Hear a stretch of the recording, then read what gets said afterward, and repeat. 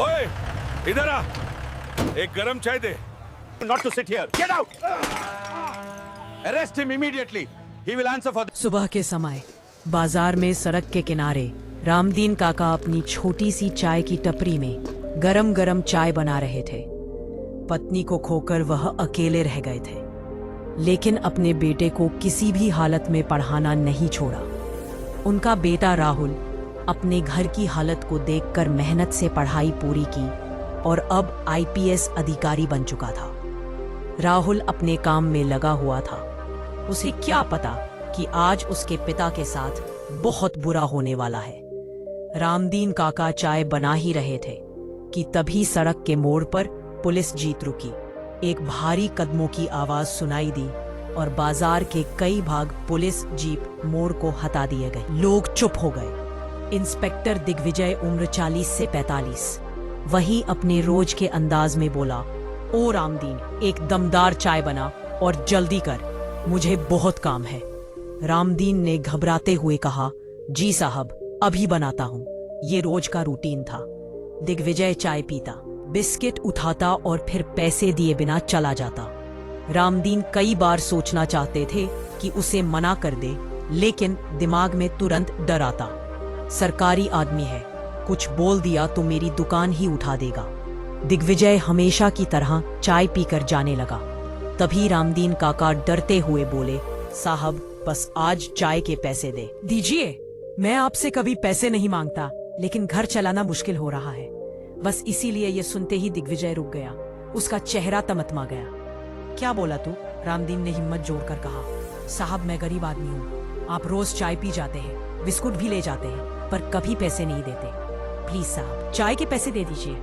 बाजार की नजरें मुड़ गई। कुछ लोगों ने मोबाइल निकाल ली। दिग्विजय गरज उठा, तू मुझे सिखाएगा? मेरे सामने पैसे की बात करेगा? तू भूल गया कि मैं पुलिस इंस्पेक्टर हूँ।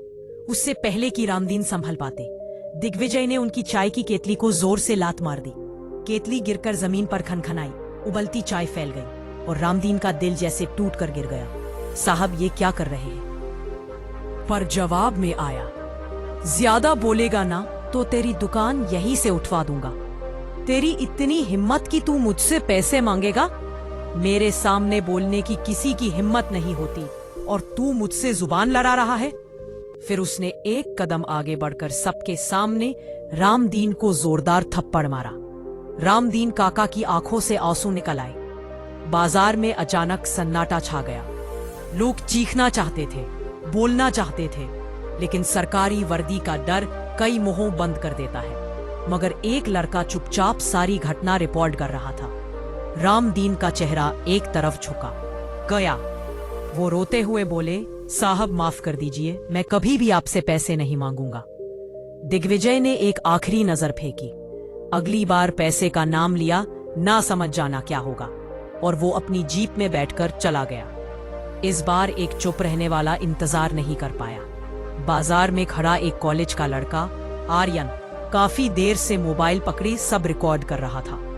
वो धीरे से आगे आया और बोला, काका, डरिए मत, पूरा वीडियो मेरे पास है। रामदीन घबरा गए। वो समझ ही नहीं पा रहे थे कि यह ठीक करेगा या मेरी दुकान और बड़ी मुश्किल में डाल देगा। तभी एक और लड़का बोला, का यह इंस्पेक्टर बचने वाला नहीं है। वीडियो अपलोड कर दिया है, देखना, आज पूरा शहर देखेगा कि कैसे वर्दी का गलत इस्तेमाल कर रहा है। रामदीन के हाथ कांपने लगे, आंखों में डर, अपमान और बेचैनी थी, लेकिन अब कुछ रुक नहीं सकता था। वीडियो सोशल मीडिया पर चढ़ चुका था। कुछ ही घंटों में वीडियो आग की तरह फैल गया। सैकड़ों कमेंट आने लगे, शर्म नहीं है इस इंस्पेक्टर को, चाय वाले बुजुर्ग को मारा, इतना घमंड, एक्शन चाहिए। इस वीडियो ने शहर हिला दिया। स्थानीय news page, WhatsApp group, Instagram, सब जगह यही खबर घूम रही थी। लेकिन असली मोड़ तब आया जब वीडियो राहुल चौधरी, नए नवेले आईपीएस अधिकारी के फोन तक पहुंच गया। ऑफिस में बैठा था राहुल। उसकी मेज पर फाइलें थी और सामने पुलिस विभाग की मीटिंग का नोटिस।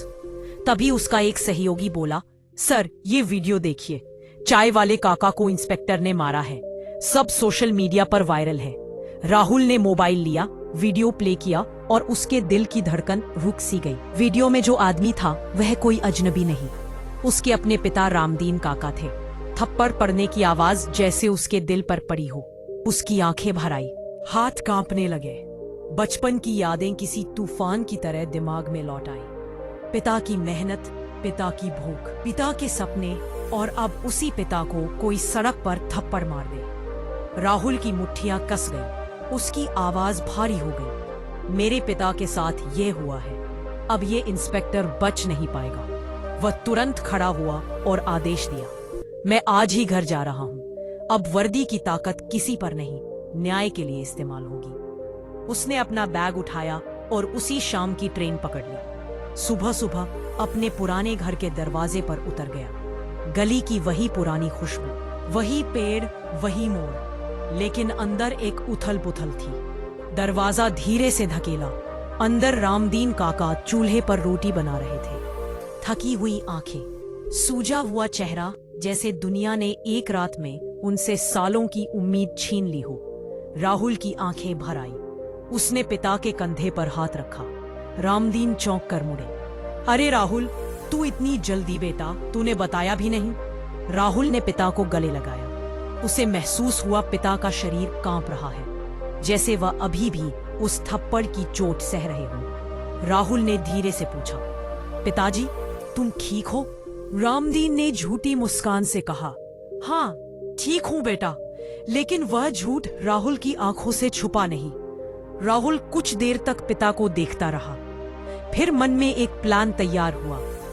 पिताजी मैं थोड़ी देर में निकलता हूं, थोड़ा काम है। राहुल ने घर का एक साधारण कुर्ता पायजामा पहना, ना अफसर वाली चाल, ना कोई पहचान।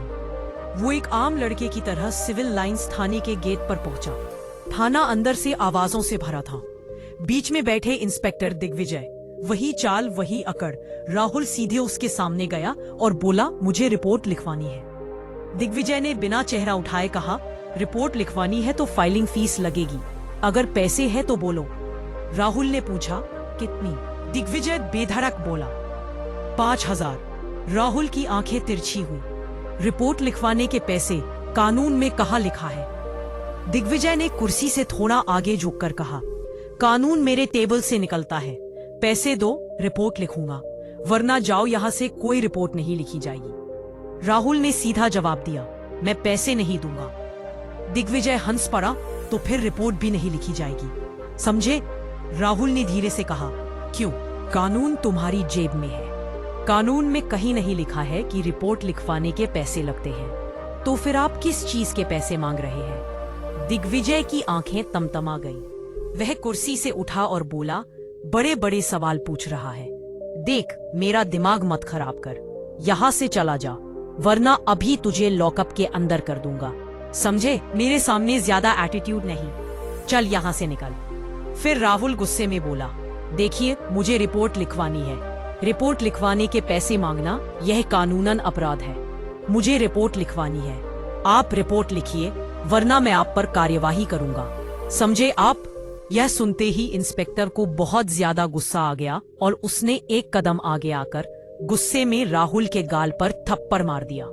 थाना एकदम शांत हो गया। थप्पड़ की आवाज ने राहुल का दिल हिला दिया, लेकिन उसका चेहरा पत्थर की तरह शांत था। उसने सिर्फ इतना कहा, ठीक है, अब देखो मैं क्या करता हूँ, और मुड़कर थाने से बाहर चला गया। थाने से निकलकर राहुल सीधे डीएम कलेक्टर ऑफिस पहुंचा। सिक्योरिटी ने उसे रोका। राहुल ने कहा, मुझे डीएम साहब से बहुत जरूरी काम है, मैं आईपीएस राहुल चौधरी बोल रहा हूँ। सिक्योरिटी सीधा खड़ा हो गया। कुछ ही मिनटों में दरवाजा खुला और डीएम विवेक मेहता राहुल से मिलने बाहर आए। आइए राहुल जी, अंदर आइए, क्या परेशानी है? राहुल ने बिना समय गवाए पूरा वीडियो दिखाया।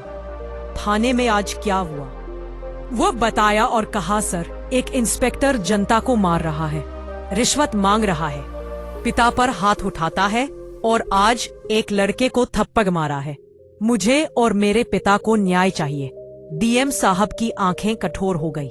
ये बहुत गंभीर मामला है, राहुल ने दृढ़ आवाज में कहा। सर मुझे एक प्रेस मीट चाहिए, पूरा मामला शहर के सामने लाना है। डीएम साहब ने तुरंत आदेश दिया, आज शाम को प्रेस हॉल तैयार करवा दिया जाएगा, मैं पूरा साथ दूंगा। शहर की सुबह आज कुछ अलग थी। हर जगह एक ही खबर थी। चाय वाली बुजुर्ग को मारने वाले इंस्पेक्टर का बेटा आईपीएस ऑफिसर है। आज सबकी नजरें डीएम ऑफिस के प्रेस हॉल पर थी।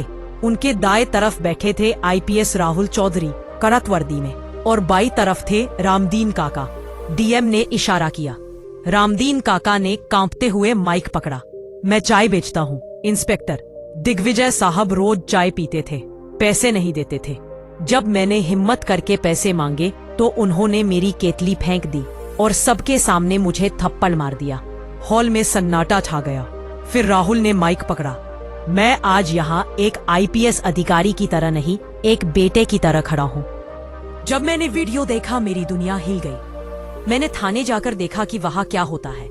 एक आम लड़का बनकर गया तो वही इंस्पेक्टर मुझसे रिश्वत मांग रहा था। जब मैंने मना किया उसने मुझे भी थप्पड़ मारा। पूरा हॉल गुस्से से भर गया। मीडिया चिल्लाने लगा, शर्मनाक। डीएम ने इशारा किया, वीडियो चलाओ। बड़ी स्क्रीन पर बाजार वाला वीडियो चलने लगा। वीडियो देखते ही पूरा हॉल दहल गया। लोग सीटों से खड़े हो गए। रामदीन काका रोने लगे। राहुल ने उनका हाथ पकड़ लिया। वीडियो खत्म होने के बाद डीएम ने अपनी फाइल खोली और बोले, मैंने वीडियो पीड़ित के बयान और आईपीएस राहुल चौधरी की रिपोर्ट की समीक्षा की है। इंस्पेक्टर दिग्विजय ने अपनी वर्दी का दुरुपयोग किया है। उसे तुरंत प्रभाव से निलंबित, सस्पेंड किया जाता है और मारपीट, धमकी, भ्रष्टाचार और उत्पीड़न के तहत उसके खिलाफ एफआईआर दर्ज की जाती है। भीड़ तालियों से गूंज उठी। डीएम ने अंतिम शब्द बोले, इंस्पेक्टर दिग्विजय को अभी इसी समय गिरफ्तार किया जाए। हॉल के बाहर खड़े पुलिस कर्मियों ने तुरंत दिग्विजय को हथकड़ी लगा दी। वह चिल्ला रहा था, मुझे फंसाया गया है, लेकिन किसी ने उसकी नहीं सुनी। प्रेस मीटिंग खत्म होने के बाद रामदीन काका ने अपने बेटे राहुल के सिर पर हाथ रखा। उनकी आंखों में अब डर नहीं बल्कि गर्व के आंसू थे। वह धीरे से बोले, बेटा तूने तो कमाल कर दिया। आज मुझे एहसास हुआ कि मेरी बरसों की मेहनत और तेरा संघर्ष खाली नहीं गया। तूने मेरी जिंदगी भर की तकलीफ एक दिन में मिटा दी। राहुल ने पिता का हाथ चूमते हुए मुस्कुराकर कहा, पिताजी, आप हमेशा कहते थे ना कि सच की राह कठिन हो सकती है, पर सच कभी हारता नहीं। आज वही साबित हुआ है। यह वर्दी किसी को डराने के लिए नहीं, बल्कि आप जैसे मासूम लोगों की ढाल बनने के लिए है।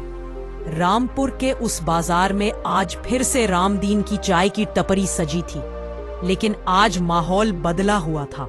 लोग अब उन्हें सम्मान की नजर से देख रहे थे। राहुल ने यह सुनिश्चित किया कि अब उस बाजार में कोई भी वर्दी वाला किसी गरीब का हक ना मार सके। इस घटना ने न केवल एक अहंकारी इंस्पेक्टर को उसकी जगह दिखाई, बल्कि पूरे शहर के प्रशासन को यह कड़ा संदेश दिया कि कानून सबके लिए बराबर है। दोस्तों, यह कहानी हमें सिखाती है कि बुराई चाहे कितनी भी ताकतवर क्यों ना हो, सच्चाई और साहस के सामने उसे घुटने टेकने ही पड़ते हैं।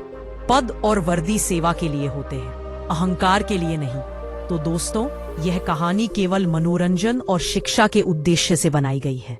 इसमें दिखाए गए सभी पात्र, घटनाएं और संवाद काल्पनिक है।